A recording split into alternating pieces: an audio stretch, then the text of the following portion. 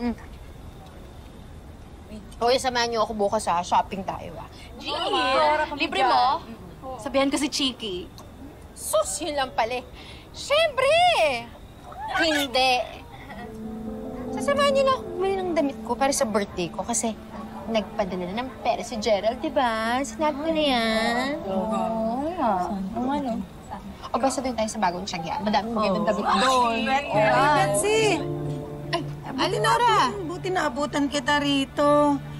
Si Gerald kasi kausap ko kanina lang. Sabi niya kunin ko daw sa'yo yung pinadala niyang pampacheck up ko.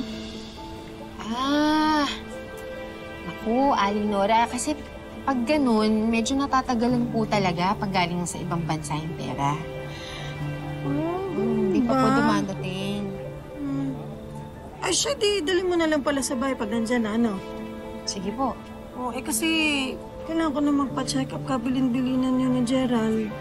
Ha? Sige po. Dalhin ko na lang po. Salamat, ha? Sige po.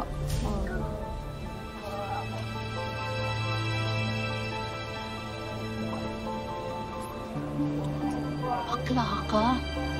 Para kay Aling Nora pala yung pinadala ni Gerald. Tapos ipang shopping mo lang. Hoy, mas kailangan kayo, no?